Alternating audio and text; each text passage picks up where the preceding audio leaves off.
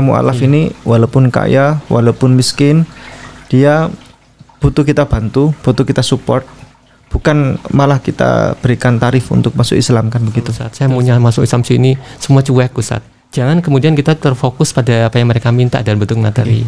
Itu karena kalau itu tidak akan jadi solusi, saya bilang. Nggak akan jadi solusi untuk mereka. Justru nanti akan memperberat mereka, beban mereka. Maka kenapa orang berimage negatif terhadap Islam itu karena figur yang kita tunjukkan sendiri, bukan salah mereka, saya bilang gitu. Kamu di sini yang kamu hadapi adalah manusia, gitu, bukan robot. Betul. Punya hati, punya perasaan, dan mereka image pertama ini akan menentukan, gitu kan, bagaimana pandangan mereka terhadap figur yang mereka lihat. Jadi tugas Mu'alaf Center itu berat, Ustaz ya. Jadi lebih dari KUA kayaknya. Lebih dari KUA. Lebih dari KUA dan tidak hanya itu satu. Jadi, siapapun mu'alaf, laki-laki atau perempuan, mau bersyahadat hari ini, monggo, silakan. Betul, Ustaz. Mau syahadat detik ini juga, monggo, silakan. Betul. Tapi untuk sertifikat tunggu dulu.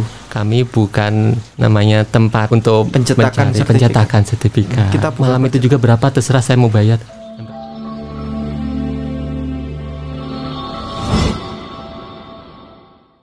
Fenomena baru, Ustadz, yang saya sebutkan tadi, menikah secara Islam, kemudian masuk sudah punya keluarga, keluarganya ke gereja semua. Jadi laki-laki masuk Islam, ya, tujuannya untuk pernikahan. Banyak, Ustadz. Kenapa alasan masuk Islam? Karena ingin menikah. Kenapa masuk Islam? Karena untuk persiapan menikah, untuk syarat menikah. Jawabannya seperti itu. Iya, betul, Ustaz. Nah, ini persoalan, Ustaz. Kita tidak bisa melihat di dalam hatinya itu orang ini apakah orang yang tulus atau tidak. Jangan-jangan pernikahan ini dijadikan sebagai pintu gerbang saja sama dia untuk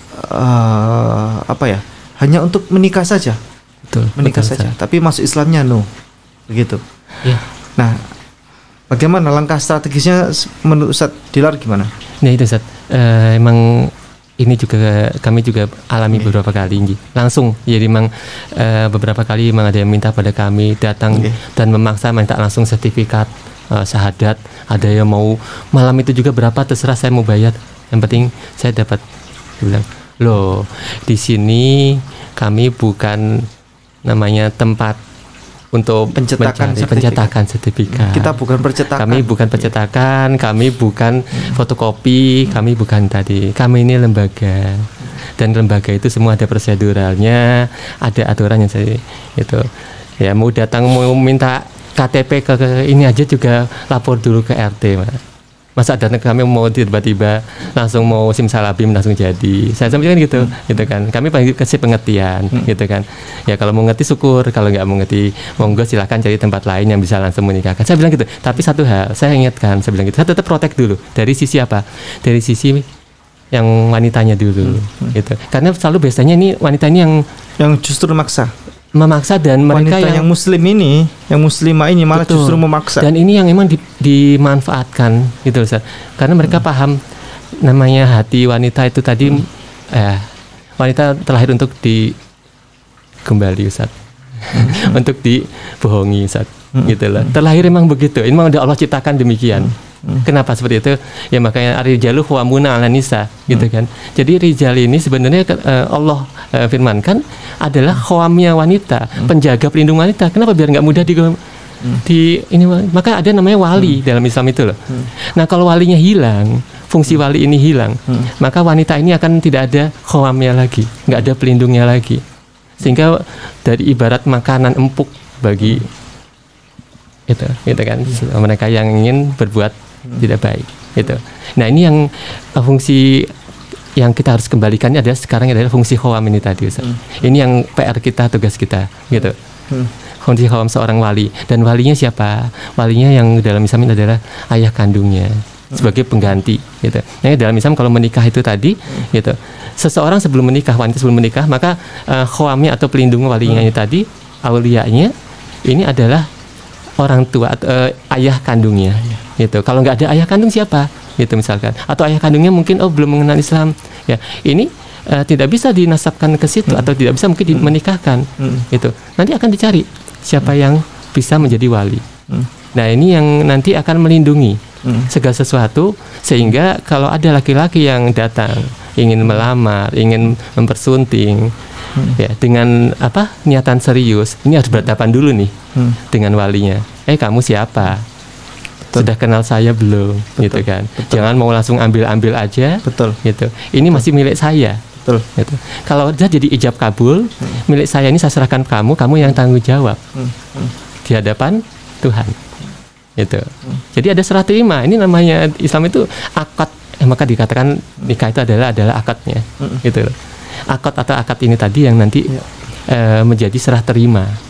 Nah kalau di dalam nikah siri, akad ini tadi saksinya pun lemah, nggak punya wewenang, kemudian walinya pun kadang tidak ada. Gitu. Siapa yang mau tanggung jawab?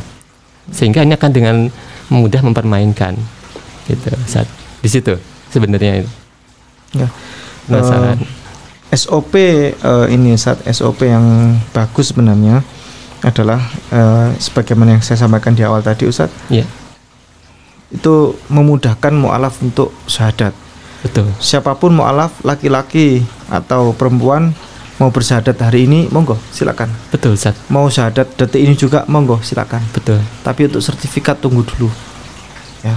Kalau laki-laki ini yang kita prioritaskan untuk assessment Ustaz ya. Betul.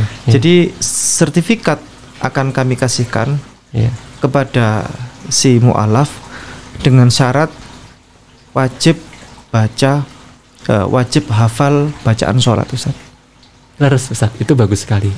Wajib hafal bacaan sholat. Dengan dia bisa hafal bacaan sholat, maka dia berarti masuk Islamnya tulus. Mudah sekali Ustaz. Orang yang masuk Islam tidak tulus, dia mau pertemuan dengan kami mau sampai 10 kali pun, yakin saya tidak akan dia hafal bacaan sholat. Betul, tapi sudah kejadian beberapa kali orang yang masuk Islamnya tulus, pertemuan pembinaan cuman 2 kali saja langsung bisa hafal bacaan sholat Ustaz. Betul Ustaz. Karena dia masuk Islamnya tulus Ustaz. Pertama karena ketulusan, dan kedua karena emang Al-Quran itu sebenarnya mudah bagi orang yang tulus. Tapi kalau perempuan Ustaz, kalau perempuan masuk Islam sekarang mau minta sertifikat sekarang juga bisa. Karena perempuan itu lebih kita mudahkan. Alasan besarnya adalah perempuan selalu menjadi korban.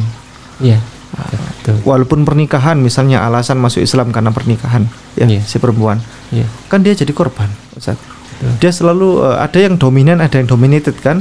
Yang dominan pasti yang laki-laki, yang dominated pasti yang perempuan, kan begitu. Walaupun tapi begini Ustaz, emang itu mungkin kita bisa sedikit jadikan pegangan dalam hari ini hafalan mereka. Tapi satu sisi kita juga memahami bahwa namanya setiap manusia diberi kemampuan atau ini kan terbatas. Ada mungkin yang mungkin dia langsung mudah dan cepat, tapi ada yang mungkin saya nggak bisa, itu udah apalagi mungkin usia saya atau ini tadi itu kan. Dia ada kekurangan. Ya kami kasih kemudahan, tetap kasih kemudahan. Bukan justru mati gitu betul. Kami mesti mudahan. Tapi kemudahan ini kemudian kami bentengi lagi dengan hal lain yang kemudian tetap menjadi tadi. Maka seperti kalau ada laki-laki, ada wanita, apalagi yang ini dua-duanya ini mau bersyahadat, mau masuk Islam gitu kan. Dua-duanya mau masuk Islam, kemudian dua-duanya mau menikah. Nah, di sini yang justru kami lebih uji tidak yang satu sisi tapi dua-duanya Ustaz. Jadi karena nanti dari pihak yang laki-laki nanti akan kami jelaskan situ, ini mereka yang akan jadi membimbing wanitanya, sementara yang jadi pihak wanita ini juga akan membimbing suaminya. Sama. Jadi kami tekankan ini adalah persamaan dalam Islam itu di situ, Ustaz. Bukan persamaan ini loh. Bedakan. Jadi untuk persamaan dalam Islam itu bukan kemudian persamaan kekuasaan atau persamaan dalam hal kewenangan. Karena tetap kalau dalam Islam laki-laki ini punya kewenangan lebih daripada wanita. Tapi dalam sisi ininya tanggung jawab dan ininya masing-masing itu punya peran. Disitulah yang Islam menghargai wanita. Beda mungkin kalau zaman dulu yang ada perbudakan, ada yang tadi itu kan namanya pihak wanita ini yang selalu ditindas di tadi itu. Maka Islam datang pada saat itu untuk memuliakan wanita, mengangkat wanita. Gitu. Jadi tugas Waqaf Center itu berat Ustaz ya. Jadi lebih dari KUA kayaknya. Lebih dari KUA. Lebih dari KUA dan Nggih. tidak hanya itu Ustaz. Jadi Nggih. bahkan saya bilang mereka kalau mau ibaratnya konsultasi apapun gitu, bukan lagi hubungin ke mana tapi langsung carinya Waqaf Center. Waqaf Center sekarang. Ya. Kan tentang apa aja. Sampai kemarin ada yang saya jadi bingung gitu ya. Saya lagi ini Ustaz, mau tidur kemudian mimpi. Iya. Mimpi. Lah ceritain ke saya mimpinya. Sampai kemudian minta solusi dari situ. Saya mimpi ini artinya apa? Saya bilang, kami bukan peramal mimpi di sini. Iya, betul. Gitu kan. Betul. Dan manusia tidak benar bisa mimpi. Tapi hati-hati, cuman satu petunjuk tadi bahwa kalau mimpi ya lihat lagi. Waspada juga dari siapa itu? Apakah dari memang bisikan dari yang benar gitu kan? Okay. Kan? Apakah bisikan yang salah justru dari setan? Karena setan juga pasti kadang-kadang membisiki juga melalui mimpi. Betul. Nah ini hati-hati kalau menjadikan mimpi sebagai patokan. Saya bilang nggak bisa seperti itu. Bahkan nah, ada Ustadz pernah bertanya, Ustadz bagaimana hukumnya main skater gitu kan? Oh. Nah itu. Jadi nanyanya ke Mu'alaf Center Ayah Sofia. Ada yang nanya lagi, Ustadz apa hukumnya mau beli motor pinjam ke bank begitu Ustadz? Iya betul. Itu nanyanya ke Mu'alaf Center Ayah Sofia. Soal riba itu memang sering ditanyakan juga Ustadz. Lalu sambil saya nabung, saya kerja di sini, itu salah nggak Ustadz? Saya bilang ya kalau mau ini tadi saya nggak bilang langsung saya memutuskan ini salah atau itu benar, enggak. Saya bilang silakan coba ya kalau mau kita diskusi lebih lebih mendalam agar paham, agar nggak salah paham juga. Karena saking banyaknya mereka juga akhirnya bingung Ustaz. Jadi itu mereka akhirnya banyak yang tanya juga Pak, saya udah masuk ke sini, ini udah benar udah belum? Gitu. Sudah benar apa belum? Itu mereka. Saya ikut ini pengajian ini sudah benar apa belum? Mereka sebenarnya konsultasinya seperti Ustaz. Saya bilang yang sekarang dirasakan apa? Saya bilang gitu. Kalau sekarang hatinya sudah merasa nyaman di situ, berarti itu jalannya Allah yang berikan. Karena yang menggerakkan Allah Tuhan. Ya. Antum ada di situ ya karena Allah yang menggerakkan. Ya. Kalau antum ada di tempat yang satunya lagi, ya Allah juga yang menggerakkan ke situ kok. Gitu loh. Tinggal gimana kita menyikapinya. Saya bilang gitu. Kalau kita sikapi itu semuanya dengan terlalu was-was, selalu ini terus gitu. Tapi kita tidak pernah terlirik untuk belajar, tidak pernah terlirik untuk mengkaji. Yang kita selalu pikirkan apa was-was. Nah ini sebenarnya was-wasnya hati-hati. Ini ada sebenarnya dari setan sebenarnya gitu.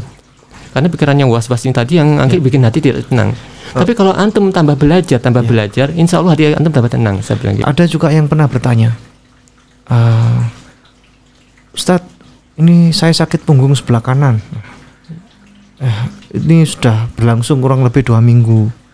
Nah itu kira-kira bagaimana ya solusinya? Loh, sakit punggung kok nanyanya ke Mu'alaf Center Ayah Sofia. Jadi masya Allah ya. Jadi ya tetap kita layani dengan baik ya. Betul. Kita layani dengan baik. Kita memberikan pelayanan yang terbaik. Ya kita hubungkan dengan kawan-kawan kita yang dokter begitu. Betul. Tolong ini dijawab. Betul. Tapi memang kesan itu juga memberikan ini loh satu bekas ya buat untuk mereka, satu apa yang membuat mereka itu jadi trust atau percaya atau tidak itu perlakuan kita terhadap mereka. Betul. Ini perlu digarisbawahi, mungkin saya juga ingatkan juga gitu kan, kita sesama yang mungkin sudah pahami seluk-beluk mu'alaf ini begitu banyak liku-likunya, begitu banyak apa yang mereka rasakan, beban mereka itu tadi, jangan kita justru tambah beban mereka. Justru kita harus ringankan beban mereka, gimana pun yang kita bisa bantu. Itu. Yang satu hal yang saya juga perlu tekankan yaitu tentang masalah perlindungan yang utama di sini. Saya tadi kembali lagi gitu kan. Yang ini yang sekarang mereka butuhkan itu sebenarnya ke atas itu. Mereka butuh ada yang membacking mereka, membuat mereka tuh lebih tenang gitu loh. Itu yang lebih dibutuhkan oleh mereka dibanding sekedar bantuan dalam bentuk materi atau dalam bentuk ini tadi. Itu. Makanya kemudian dari situ jangan kemudian kita terfokus pada apa yang mereka minta dalam bentuk materi. Itu. Karena kalau itu tidak akan jadi solusi, saya bilang. Nggak akan jadi solusi untuk mereka. Justru nanti akan memperberat mereka, beban mereka. Kenapa? Mereka nanti dengan ada yang dapat dari kita dan mereka gunakan tadi mungkin ya, itu saat itu mereka butuh, tapi saat lain mereka akan kok kegampang ya, saya dapat materi gitu loh. Akhirnya mereka minta lagi gitu loh. Ini yang kasihan ke merekanya, nggak bisa mandiri. Sebenarnya tugas kita membuat mereka mandiri. Betul gitu, sekali. Baik, ada lagi Ustaz? contoh kasus yang bisa diceritakan yang menarik? Iya Ustaz, satu lagi yang menarik lagi, sampai menghubungi kami jauh-jauh dari daerah Cikampek Ustaz. Cikampek. Jadi Cikampek itu, dan tanyanya ke Mualaf Center Bogor. Saya tanya, Bu, dari mana? Kami dapat dari Senet. Bilang seperti itu. Ibu di situ kami tanya dulu. Ibu sekarang di situ siapa yang ini tadi, yang sebelumnya pernah membina ibu kebunnya tadi? Bilangnya dia, anak saya udah masuk Islam Ustaz. Tapi sekarang kelakuannya sama saya jadi kasar. Kemudian saya jadi takut, gitu kan. Anak saya ini tadi sering minta uang ke saya, sering uring-uringan. Bahkan saya bilang, Ibu, kalau anak ibu seperti itu tadi, gitu, itu dari kami itu tidak bisa banyak membantu. Kenapa, Bu? Saya bilang itu lebih ke arah ibu lebih butuh namanya seorang yang bisa meluruskan dulu nih secara kesehatan anak ibu. Saya bilang gitu. Kenapa? Kalau kami diminta untuk membantu, itu, sementara yang ibu alami itu bukan masalah keyakinan atau bukan masalah yang tadi, tapi itu adalah lebih kalah masalah ini ya, kalau finansial. Pertama mungkin finansial, Ustaz, karena namanya orang udah kena finansial, stres di segala macam, timbul kemudian beban pikiran ini memuncak, akhirnya mohon maaf, jadi kemudian setengah ini gitu, Ustaz. Ya, setengah sadar atau mungkin orang bilang yang tadi ya, jadi kurang gitu kan. Nah ini kemudian sehingga sering marah-marah di rumah, ibunya pun dilawan, ibunya dari tadi, akhlaknya menjadi buruk. Dia kemudian dia bilang sama ibunya tadi sampai kabur dari pesantren, kabur dari yang tadi, gitu. Sehingga dia akhirnya nggak percaya sama pesantren, nggak percaya tadi. Lah ini loh, ibu kok sampai bawa-bawa nama ini tadi, saya runut lagi, saya ini tadi, gitu kan. Ujung-ujungnya Ujung-ujungnya bahwa iya Ustaz, kenapa saya kesel Ustaz, saya mau masuk Islam sini semua cuek Ustaz. Orang-orang saya tanya saya mau masuk Islam, ibu tanya aja ke masjid, ibu hubungin aja ke sana gitu. Saya suruh cari sendiri Ustaz, dia bilang gitu. Saya bingung mau cari kemana sekarang tadi. Akhirnya dari situ baru tahu ternyata image tadi itu bermula dari satu kata-kata kita yang mungkin keluar, maksud kita mungkin ya karena memang kita nggak paham gitu kan. Betul. Ya karena masyarakat ini mungkin belum juga tergerak untuk nanti peduli gitu kan pada yang seperti itu, gitulah. Ini maka saya selalu sampaikan, kami selalu sampaikan, cobalah peduli pada sekitar kita, tetangga kita yang tadi. Kalau ada mereka yang membutuhkan bantuan kita, apa yang kita bisa bantu pada mereka itu yang kita lakukan. Sekecil apapun itu akan sangat berarti untuk mereka. Jadi sampai akhirnya ujung-ujungnya gitu kan, dia cukup saya temukan dengan wakil dari MUI di sana. Kemudian wakil MUI tadi saya jadwalkan ya kapan bisa untuk bersyahadat ibu di sana, gitu. Akhirnya dia sanggupi, hari ini juga saya sanggup Ustaz. Kami langsung hubungkan, kami langsung tadi.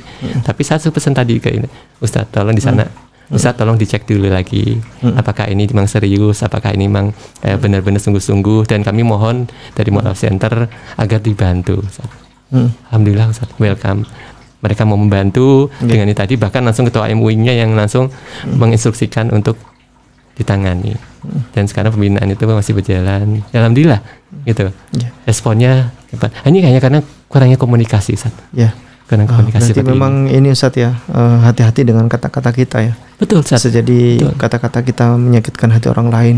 Betul Ustaz. Ini satu pengalaman lagi Ustaz ya. Ini Ustaz dari kami namanya punya anak-anak muda ya, namanya masih remaja gitu kan, mungkin kadang-kadang nggak sabaran menghadapi seseorang. Anak saya itu jualan sembako Ustaz. Itu loh.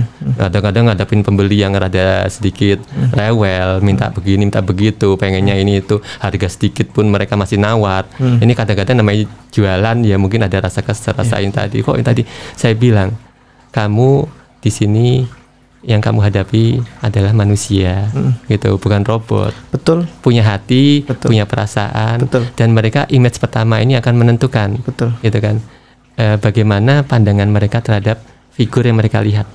Mereka lihat figurnya Islam, dan itulah Islam mereka lihat. Mereka lihat figurnya itu tadi adalah orang yang mungkin lain gitu ya, mereka lihat itu tadi, maka itu jadi satu penilaian nanti. Maka kenapa orang berimage negatif terhadap Islam itu karena figur yang kita tunjukkan sendiri, bukan salah mereka, saya bilang gitu Ustaz. Oke. Ini mungkin jadi satu pelajaran mungkin bagi kita, ya tampilkan yang terbaik ya, karena akhlakul karimah itu yang Rasulullah contohkan bagi kita. Oke.